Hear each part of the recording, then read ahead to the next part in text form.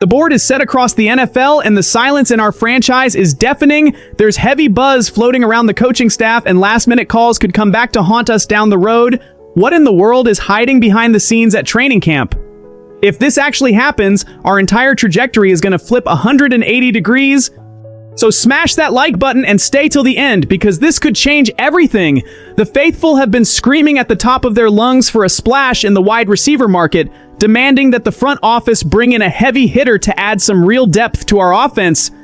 Even with a ton of recent calls for the Las Vegas Raiders to make an aggressive move at the position, the team decided to play it safe and didn't add any notable names right away. Even with former stars like Stephon Diggs, Tyreek Hill, and DeAndre Hopkins still floating around on the league's radar, the franchise seemed to adopt a wait-and-see posture, holding off on any panic moves that could mess up the salary cap or the locker room. Any vet still kicking around as a free agent at this point in the game probably comes with a few question marks or minor injury concerns, but that doesn't mean for a second that the Raiders should slam the door on a smart strategic pickup. New head coach Klint Kubiak might be more leaning toward finding in-house answers or, above all else, bringing in a wide receiver he's already worked with before and knows his playbook inside and out. Worth remembering that Kubiak spent a solid chunk of time coaching Deebo Samuel back when they were both with the San Francisco 49ers. The former All-Pro is currently sitting on the open market as a free agent, and top analysts like CBS Sports' Jordan Dajani have pointed out clear openings, naming the Raiders as one of the most logical and seamless fits for the receiver. According to Dajani himself in his recent breakdowns, the Las Vegas Raiders are one of the most improved teams on paper. They added Kirk Cousins and Fernando Mendoza to the quarterback room, then Kwity Paye, Quay Walker, Nakobe Dean, Taron Johnson, and Traden Stukes on defense. And he follows that up by highlighting the offensive need.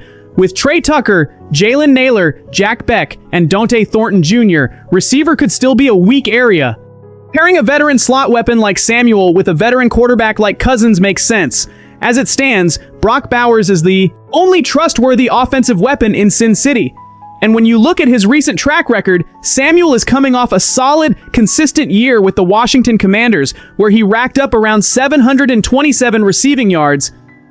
Even though he just hit 30 years old, he's showing a relentless mindset and still holds down the belief that he's got plenty of gas and explosiveness left in the tank to ball out at the highest level. In recent quotes dropped on his YouTube channel, the player himself opened up about the grind of free agency. "I'm going into year 8. I still feel like I've got a lot left, at least 3-4 good years left," Samuel said. "It's been kind of tough, I ain't gonna lie to you.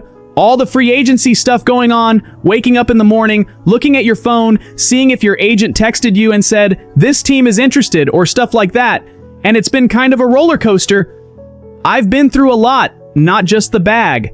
With me and how I play this game, it's like, no matter what I'm going through, no matter what I'm doing, if I can step up, I'm going to go out there and lay it on the line for my team."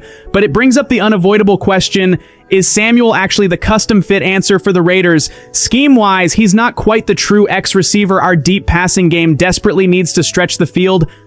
Still, his tactical fit with Klint Kubiak's philosophy is undeniable, given their shared familiarity with motion schemes and designs built around the backfield and the slot.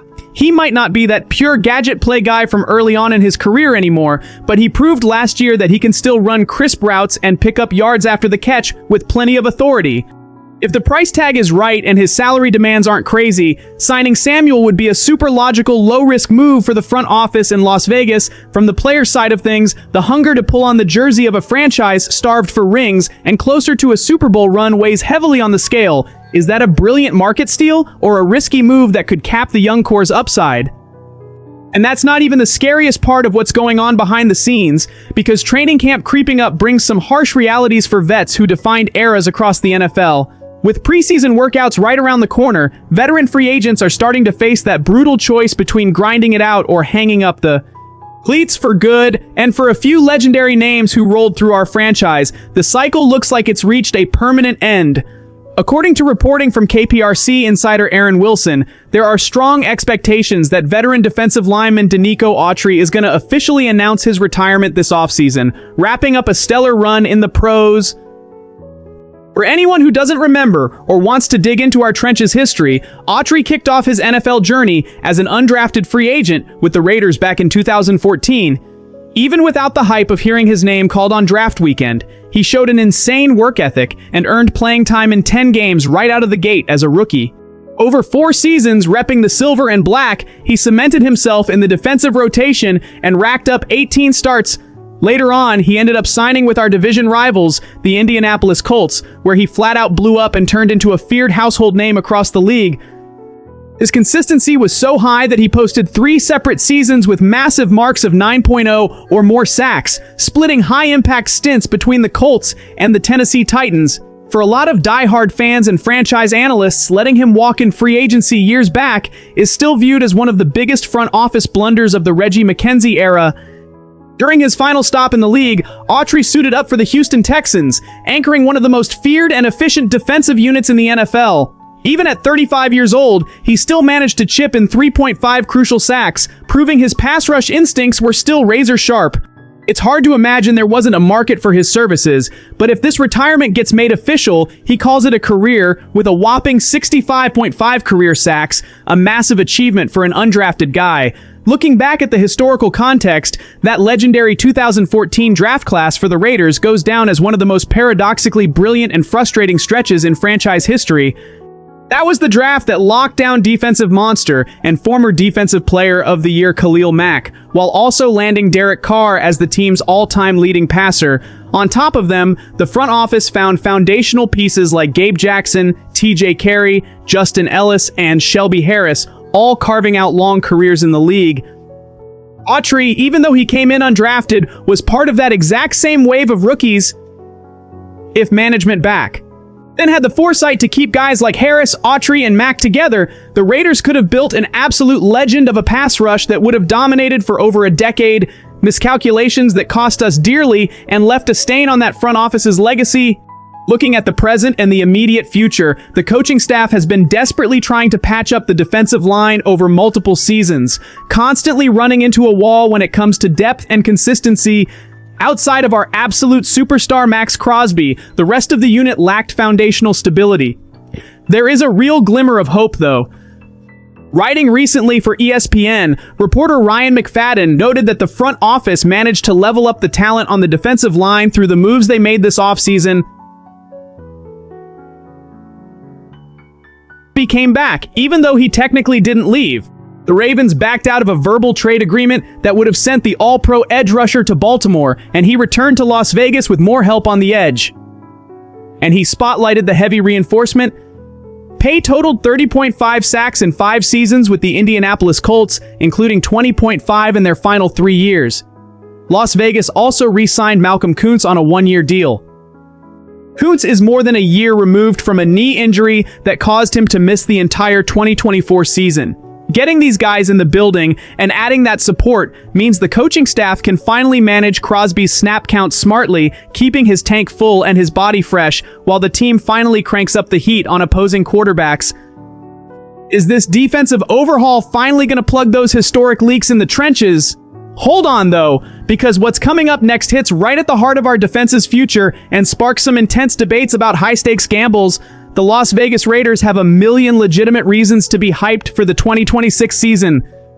Obviously, landing the #1 overall pick in the draft, the phenomenon Fernando Mendoza turned the city upside down and lit a fire under the fan base, but he's hardly the only new face ready to shine in the silver and black out of all the intriguing and bold moves from the 2026 NFL draft for Las Vegas. None of them turn heads quite like drafting cornerback Jermod McCoy. Widely viewed by scouts as a lock for the first round, McCoy ended up sliding all the way to the 4th round thanks to major medical red flags and injury history, letting the Raiders swoop in and steal him. Keeping tabs on McCoy's health is going to be a season-long storyline, but even before training camp officially unlocks the gates, the young talent just scored a huge, definitive update on his contract status with the team. According to breaking news dropped by respected ESPN insider Jeremy Fowler on X, per source, Raiders corner Jermod McCoy plans to sign his rookie deal today. Las Vegas rookies report Thursday. McCoy is a first-round talent who fell due to a significant knee injury. To put that kind of talent into perspective, McCoy only played 2 years of college ball, spending 2023 with the Oregon State Beavers before transferring over to make some noise with the Tennessee Volunteers for the 2024 season. When he was fully healthy, his raw cover skills and route recognition were impossible for league scouts to ignore, even if the medical files scared teams off on draft day. The last time the faithful saw him flying around on Saturdays, he was wreaking havoc for Tennessee's defense, putting up crazy stats with 44 tackles, 4 clutch picks, and 9 pass breakups across 13 games. Unfortunately, a torn ACL wiped out his entire 2025 season, and the real medical scare surrounding his knee was a tricky cartilage defect that needed surgical repair using a bone plug. Right now, the medicals show McCoy is in a good spot and cleared for action, but the ghost of past injuries brings up unavoidable questions about his long-term durability in the NFL. That first big paperwork and emotional hurdle is cleared now that he's officially put pen to paper on his rookie deal with Las Vegas. The vibe from Klint Kubiak's staff mixes cautious optimism with sky-high expectations. The coach gave some encouraging updates recently on his rehab progress, hinting that the team plans to ease him in early on, while leaving the door wide open for an immediate impact if his body holds up against the grind of the preseason. Even with all those red flags waving because of his injury history, the consensus around the league was that McCoy has true first-round ability, making his fall to the 4th round an absolute highway robbery for the Raiders. Still, that value only matters if he can actually stay on the field and translate all that raw talent into plays during training camp battles. Right now, the corner room features guys like Eric Stokes, Darian Porter, and Taron Johnson setting the tempo for the secondary, but the door is wide open for a talent like McCoy to fight for meaningful snaps right out of the gate in week 1. The front office is definitely going to wrap him in bubble wrap during practices, but if he's 100% good to go by week 1, don't be shocked if he locks down a starting job in our defensive backfield. Are we looking at a historic draft steal or another promising career derailed by injuries? The cards are on the table, the risks are locked in, and our 2026 season is shaping up to be an absolute roller coaster from start to finish. Between playing it safe in the wide receiver market with Deebo Samuel looming in the background, a painful defensive line rebuild after the ghosts of the past, and a massive high-risk gamble on Jermod McCoy, the front office is walking a tightrope. Now I want to hear from you, Raider Nation. Is the front office making the right moves to get us back to the top, or are we just repeating past mistakes?